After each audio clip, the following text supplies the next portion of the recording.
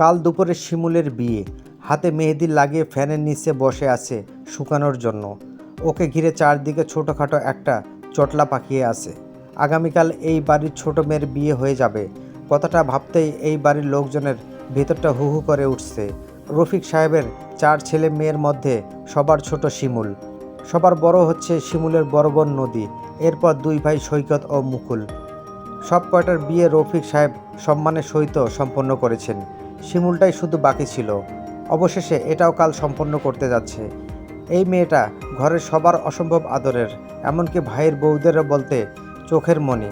যার সাথে শিমুলের বিয়ে হচ্ছে সেও শিমুল বলতে অজ্ঞান। শিমুলকে ছাড়া সে কিছুই ভাবতে পারে না। দীর্ঘ 4 বছরের প্রেমের ইতি ঘটাতে যাচ্ছে কাল। তবে শিমুল অনিমকে বলে রেখেছেন বিয়ের পরও তার সাথে প্রেম চালিয়ে যেতে হবে, আর নয়তো অনিমের সংসার সে করবে না। মুকুলের বউ ফোন হাতে দৌড়ে শিমুলের দিকে আসছে। শিমুল, শিগগিরই ফোনটা কানে নে, অনিম ফোন দিয়েছে। তুমি কানে ধরে দাও, দেখছো না আমার হাতে মেহেদি লাগিয়ে রেখেছি, আমার পক্ষে ধরা সম্ভব না। শিমুলের কানে মুকুলের বউ বৃষ্টি ফোনটা ধরল। হ্যাঁ অনিম বলো। কই ছেলে তুমি এতক্ষণ? কোথায় থাকবো আবার?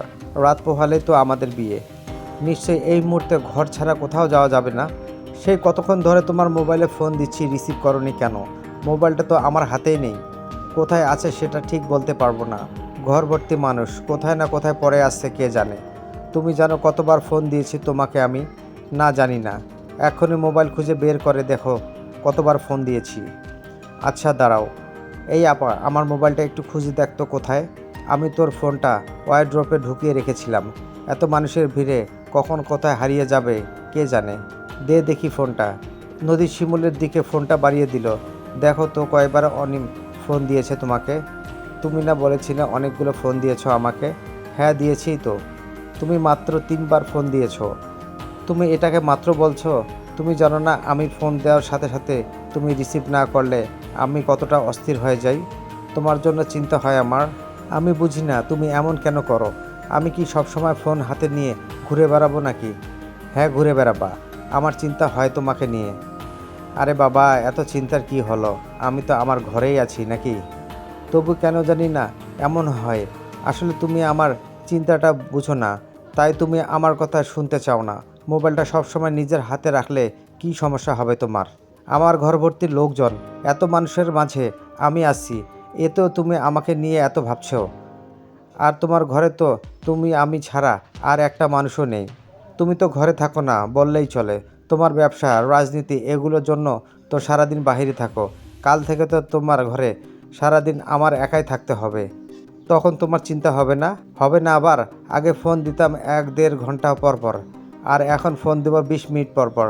আর এজন্যই তো তোমার বাবার পাশেই বাসা নিয়েছি, যাতে তোমার বিশেষ কোনো সমস্যা না হয়। তারপর আর কি খবর তোমার? রাত পোহালেই বিয়ে করব বলে বলে তো মাথাটা খারাপ করে দিচ্ছিলে আমার। শেষমেশ বিয়ে তো হচ্ছে। অনুভূতিটা বলো, শুনতে ইচ্ছে করছে। মুখে প্রকাশ করে বোঝানোর মতো না। একজন এতিম মানুষের জীবনে ফাইনালি কেউ আসছে, যাকে আমি একান্তই আমার এবং আমার পরিবার হিসেবে দাবি করতে পারবো। বছর 1.5-2 মাঝে আমার খালি ঘরটার বাচ্চার হাসি কান্না আওয়াজ পাওয়া যাবে। আমার খালি ঘর আর খালি থাকবে না। একজন এতিমের জন্য এর চেয়ে খুশির আর কী বা হতে পারে শিমুল? তুমি আমাকে পেয়ে খুশি তো অনিম? বিয়ের পর আবার আফসোস করবেন না তো? কেন আমাকে বিয়ে করলে? পাগল মেয়ে, কী যে বলো না। তোমাকে পেয়ে আমি পূর্ণ। আমার মনের প্রতিটা কোণায় তুমি ভালোবাসা পূর্ণ করেছো। তোমার মতো একজনকে বিয়ে করে আমি আফসোস করব? এই কথাটা তোমার মাথায় আসে কিভাবে? তুমি জানো আমি কতটা খুশি। তুমি আন্দাজ করতে পারবে না আমি কতটা খুশি। বিকেলের দিকে মুহিরের মা আমার হাতে মেহেদি পরিয়ে দিতে দিতে বলেছিল, তুই আর মুহির তো আমারই ছেলে। মুহিরকে যে নজরে দেখি তোকেও ঠিক এক নজরেই দেখি। জানিস তোর জন্য এক এক সময় খুব কষ্ট হতো। তুই একা থাকিস, কি খাস না খাস, তোর যত্ন করার একটা মানুষ নেই। তোকে 1000বার বলেছি আমার বাসায় চলে আয়, তুই আসিসনি। সপ্তাহে 1-2 দিন এসে তোর পায়ের ধুলা আমার বাসায় ফেলিস। খুব চিন্তা হতো তোর জন্য। কাল থেকে সব চিন্তা শেষ। শিমুল মেয়েটা অনেক লক্ষ্মী। আল্লাহ তোর জীবনে একজন ফেরেশতা পাঠিয়েছেন তোকে ভালো রাখার জন্য, তোর যত্ন নেওয়ার জন্য। কাল থেকে তোর আর মাঝরাতে গেটের তালা খুলে ঘরে ঢুকতে হবে না, কেউ একজন দরজা খুলে তোর অপেক্ষা করবে। এই কথাগুলো শোনার পর কতটা খুশি লাগছিল সেটা প্রকাশ করার মতো না। তখন খুব ইচ্ছে হচ্ছিল তোমাকে জড়িয়ে ধরে কাঁদি। আন্টি মানুষটা তোমাকে খুব ভালোবাসে। কোনো মানুষ তার ছেলের বন্ধুকে এতটা ভালোবাসতে পারে তা আমার জানা ছিল না। ওনাকে না দেখলে বিষয়টা আমার জানারই থাকতো না। হ্যাঁ আন্টি আমাকে খুব ভালোবাসে, মুহিবও আমাকে খুবই ভালোবাসে। আমার কোনো ছোটো বোন থাকলে মুহিবের সাথেই বিয়ে দিতাম। কাজ ফেলে এবার দাঁড়িয়ে থাকতে বিরক্ত লাগছে বৃষ্টির।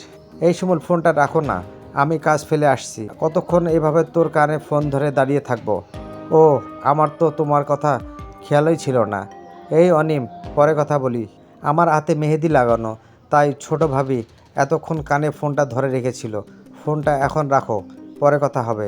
ভাবি ধরে রাখলে সমস্যা কোথায়? আরেকটু কথা বলবো তোমার সাথে। সমস্যা বুঝতে চাও না? বাড়িতে কত কাজ, এই মুহূর্তে আমার কানে ফোন ধরে যদি ভাবি দাঁড়িয়ে থাকে তাহলে কাজ করবে কে? আজকে তো শেষবারের মতো প্রেমিক হিসেবে তোমার সাথে কথা বলবো। কাল থেকে তো তুমি আমার বউ হয়ে যাবে। তাই চাচ্ছিলাম আজ রাতটা তোমার সাথে প্রেম করে কাটাতে।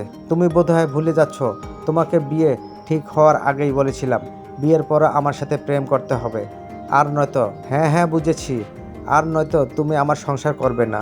কথাটা যেন আপনার মনে থাকে। আমার প্রেমের ইতি ঘটছেও না, আর রাত জেগে আমার সাথে কথাও বলতে হবে না।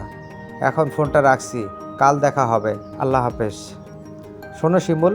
শিমুল বৃষ্টিকে ইশারা দিল কান থেকে ফোনটা সরিয়ে কেটে দেওয়ার জন্য। শিমুল জানে অনিম কথা বলতেই থাকবে, সারা রাতেও তার কথা ফুরাবে না। তাই সে অনেকটা জোরপূর্বক ফোনটা কেটে দিল। শুনেছিলাম প্রেমের সম্পর্ক 1.5-2 বছর থাকলেই নাকি মায়া আকর্ষণ কমে যায়। অনিমকে দেখলাম সম্পর্কের 4 বছর শেষ হওয়া সত্ত্বেও তোর প্রতি ঠিক সেই আগের মতোই আকর্ষণ রয়ে গেছে।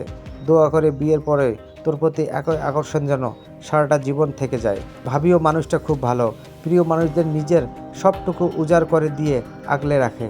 হতে পারে ওর নিজের পরিবারের কেউ নেই, তাই হয়তোবা প্রিয় মানুষদের এতটা যত্ন রাখে।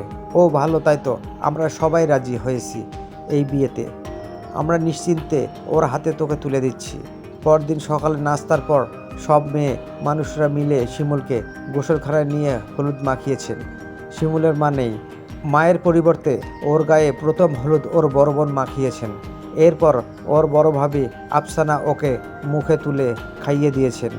ওকে খাওয়ানোর সময় শিমুল দেখতে পেল ওর বড় ভাবির চোখ দিয়ে ছলছল করছে। ও বেশ বুঝতে পারছিল তার চোখে পানি কেন, তাই ও কিছু জিজ্ঞেস করেনি ভাবিকে। শিমুলের মা যখন মারা যায় তখন সে ক্লাস 8-এ পড়ে। নদীর তখন বিয়ে হয়ে শ্বশুরবাড়ি গিয়েছে 8 মাস হবে।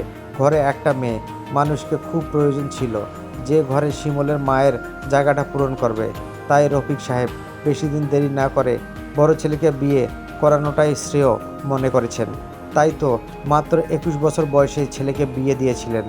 এর 2 বছর পর ছোট ছেলের বিয়েটাও সেরে ফেলেছেন। শিমুলকে বাড়ির দুজন বউ একদম নিজের বোনের মতো দেখতেন। আজ তাদের এই বোনটা চলে যাবে অন্যের ঘরে, তাই তো আজ দুজনের চোখে ছলছল করছে। যদিও বা শিমুলের হবু বর পাশের গলিতেই বাসা নিয়েছে, তবুও তাদের মনের কষ্ট ভর করছে। সকাল 9টা নাগাদ ঘরের সব মুরব্বীদের সালাম করে শিমুল পার্লারে চলে গেল। সকাল থেকে এখন পর্যন্ত অনিম তাকে 5 বার ফোন দিয়ে ফেলেছেন। এমনকি পার্লারে বসে সাজার সময়ও 7 বার ফোন দিয়েছেন। যিনি শিমুলকে সাজাচ্ছিলেন সে মহিলা অনেকটা বিরক্ত হলেও অনিমের উপর।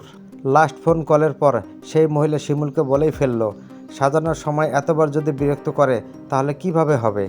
জীবন অনেক বউ সাজিয়েছি, কারো বরকে দেখিনি এতবার ফোন দিতে। শিমুল সেই মহিলার কথায় কোনো উত্তর দিল না, শুধু মুচকি হাসল।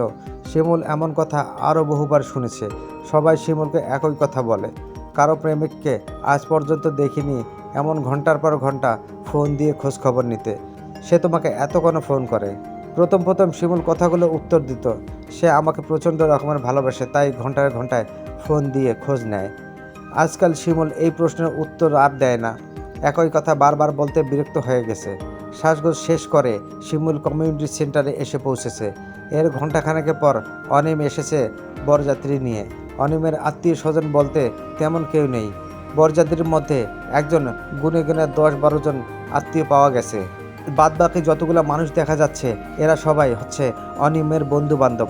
বরযাত্রী বিয়ে বাড়িতে আসার 10 মিনিট পরেই মুহির এসেছে শিমুলের কাছে। সে শিমুলকে পা থেকে মাথা পর্যন্ত খুবই তীক্ষ্ণ দৃষ্টিতে দেখছে।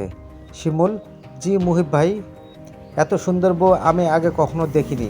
বিয়ের সাজে একটা মেয়েকে এত সুন্দর লাগতে পারে? বিশ্বাস করো, তোমাকে অসম্ভব সুন্দরী দেখাচ্ছে। তুমি অনিমের বউ, তাই এখনও হাত পা গুটিয়ে বসে আছি। আর নয়তো তোমাকে কিডন্যাপ করে আমি বিয়ে করে ফেলতাম। কথাটা বলে মুহিব অট্ট হাসিতে ফেটে পড়ল। মুহিবের কথা শুনে শিমুল হাসতে হাসতে বলল, কী যে বলেন না মুহিব ভাই, আপনি আমার চেয়েও অনেক ভালো মেয়ে পাবেন।